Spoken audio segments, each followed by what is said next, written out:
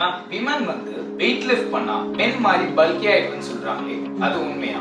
Man மாதிரிலாம் பல்கி ஆக மாட்டீங்க, பயப்படாம பண்ணுங்க. ஆக்சுவலி என்னன்னா விமனுக்கு மென்னை காட்டிலும் 10 to 15 டைம்ஸ் டெஸ்டோஸ்டெரான் ரொம்ப கம்மியா இருக்கு. ஸோ அவங்க வெயிட் லிஃப்ட் பண்ணும்போது அவங்க வந்து பல்கிலாம் ஆக மாட்டாங்க. இன்ஸ்டெட் அவங்களுக்கு வந்து டோன்டு பாடி கிடைக்கும். வெயிட் லிஃப்ட் பண்ணும்போது லீன் மசில் மாஸ் பில்ட் ஆகும்.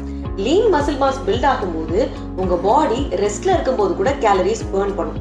ரெண்டாவது என்னன்னு பாத்தீங்க அப்படின்னா இது வந்து உங்களோட ஹார்மோன்ஸை பேலன்ஸ் பண்ணும், இன்சுலின் சென்சிட்டிவிட்டியை ப்ரொமோட் பண்ணும். So women with PCOD, thyroid struggles and weight struggles உள்ளவங்க கண்டிப்பா ஸ்ட்ரென்த் ட்ரைனிங் பண்ணியே ஆகணும்.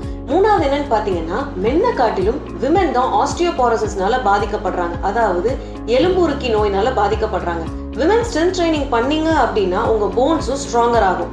நாலாவது என்னன்னு பாத்தீங்கன்னா உங்களோட டே டு டே ஆக்டிவிட்டிஸுமே ரொம்ப ஈஸியா பண்ணிடலாம் நீங்க ஸ்ட்ரென்த் ட்ரைனிங் பண்ணும்போது.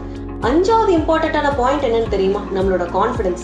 ஸ்ட்ரென்த் ட்ரைனிங் பண்ணீங்க அப்படின்னா கண்டிப்பா கான்ஃபிடன்ஸும் பூஸ்ட் ஆகும். உங்களுக்கு இந்த 5 பெனிஃபிட்ஸும் கிடைக்கணுமா? அப்போ உடனே ஸ்ட்ரென்த் ட்ரைனிங் பண்ண ஸ்டார்ட் பண்ணுங்க.